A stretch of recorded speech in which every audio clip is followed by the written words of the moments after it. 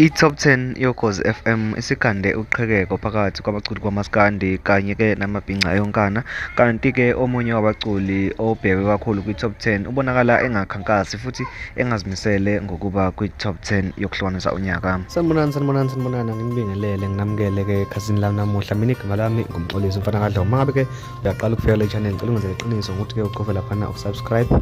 Uma ukuthi uyabuya noma ngabe kuthiwa ubani, ngicela wenze isiqiniseko futhi ukuthi uma uqeda ukubuka le video uyawucofa u-like, ucommente futhi kulolu daba. Ngani zakwethu, udaba enginiphathele lona namhlanje luthi iyaqhubeka impi phakathi kwamabhinca kanye noKhozi FM. Amabhinca alokhu ekhononde njalo, alokhu ecomplaine njalo, athi ukufika kwale top 10 yoKhozi FM ihlaleke ikhanda uqhekeko phakathi kwabo. Abazi ngempela ukuthi uyoshaya unyaka ozayo kube nokuthula emabhinceni, baphinde futhi-ke babuyisane njengoba kade bebambisene unyaka wonke. Imbangela-ke yalomoya ophakathi kwabalandeli bakaMaskandi ilempi phakathi kwabalandeli bakaKhuzani kanye-ke nabalandeli bakaMthandeni, esaziyo vele ukuthi izona insizwa-ke ezinegama elikhulu laphana kuMaskandi, futhi izona insizwa ezibhekwe ngamehlo abomvu laphana kwi-top 10.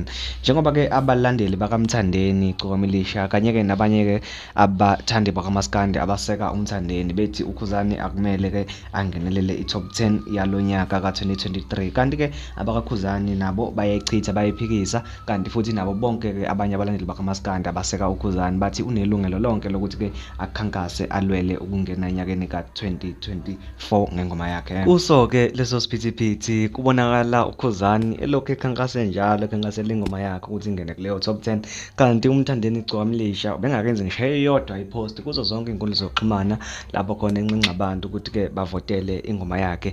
Ezinye inkabi-ke zithe ingoma kaMthandeni isebantwini vele ayidinge ukuvotelwa, izozingenela yona. Amabhinca-ke aseka uKhuzani avezane yahleka athi kulungile-ke, hlalani kanjalo nizobona kuzongena o-DJ Hlohlozile. Abalandeli bakaMthandeni-ke iCokamlisha bagijimile baya-ke ezinkundleni zokuxhumana bayovusa amapost amadala kanye-ke izindaba ezindala ezazikade zikhishwe uKhozi FM lokuthi-ke ingoma kaMthandeni yangonyaka odlule Amajitha yayingeke ikwazi ukungena kwi-top 10 ngoba nakhu yayingenazo inyanga ezintathu iphumile, yayisanda kuphuma nje. Angikukhumbuze njengana kwethu ukuthi-ke ngonyaka odlule leya ngoma yaphuma unumber 1 ezingomeni ezazinama SMS amaningi ukuthi zingenelele kwi-competition yokuhlukanisa unyaka, kodwa-ke uKhozi FM lamnqabela uMthandeni Bokamanqele.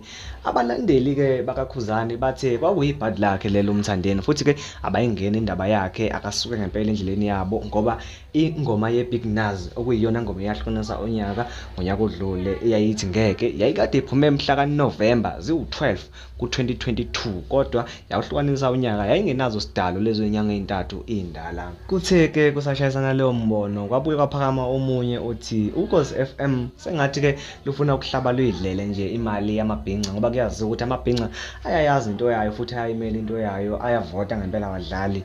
Kwenziwa yini ukuthi uma ngabe ikhona imigomo nemibandela bengayivezi kubantu kusavotwa, bengayivezi kubantu kungakavotwa kusasenesikhathi sokuthi bazi bese beyazi ukuthi baqhubeke kanjani? Kwenziwa yini le migomo yabo bayiveze uma ngabe sekuvotiwe kwaze kwavalwa? uPhawulile-ke uthe yaqhume ivoti madoda, kuyeke ukukhuluma, yekani ukusaba ama-donations, yekani ukusaba-ke uKhuzani namandla akhe. Angikukhumbuze-ke ngana kwethu ukuthi ingoma kaKhuzani ehamba-ke noluve ethi umjololowo ihleli ku-4.1 wamamiliyoni ama-views laphana-ke ku-YouTube, bese kuthi-ke ekaMthandeni iParis ihamba nolwandle nkulu ihleli ku-7.9 million views, okungenzeka ukuthi kuyothi kushonela kusasa iyobe isihleli ku-8 million views. uPhawulile-ke uthe lento yenziwa uKhuzani ngesingisi ibizwa ngokufosa ngoba-ke enkundleni zokuxhumana kubonakale ngempela abantu abaningi osaziwayo abaculayo, ama-radio presenter, abaculi abanye bamanye ama-genre, abaculi bakaMaskandi abaningi-ke bebeqhatha izingoma zamanye ama-genre nale ngoma-ke kaMthandeni iParis kuphela.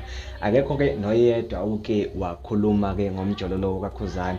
Amabhinca athe asinendaba thina noma ningathini, nina nizama ukusixova, impi iphakathi kwaKhuzani noMthandeni, okunye nokunye akuthule. Ngana kwethu lolu daba lubucayi kakhulu, lujule kakhulu. Wena lapha ekhaya kufanele ngabe njengamanje uyazibuza ukuthi uKhozi FM luzomisa kanjani ngalolu daba laKhuzani ngoba phela ingoma yakhe ayinazo inyanga ezintathu iphumile, inenyanga nje eyodwa vo.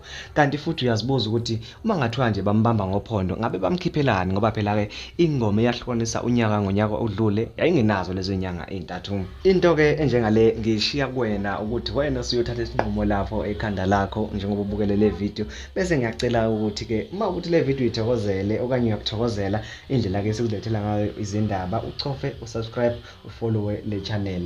Ngiyabonga kakhulu.